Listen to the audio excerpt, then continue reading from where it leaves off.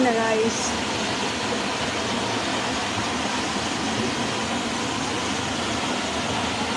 Ito yung pinakapuno dito.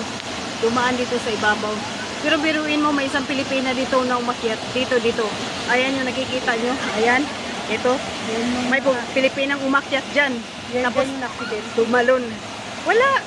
Diba last time pumunta? Ah, hindi ka pala kasama. Si Bayot pala kasama. Mulikat kasi paano. Oo. Magaling. Grabe, ang saya-sayaw.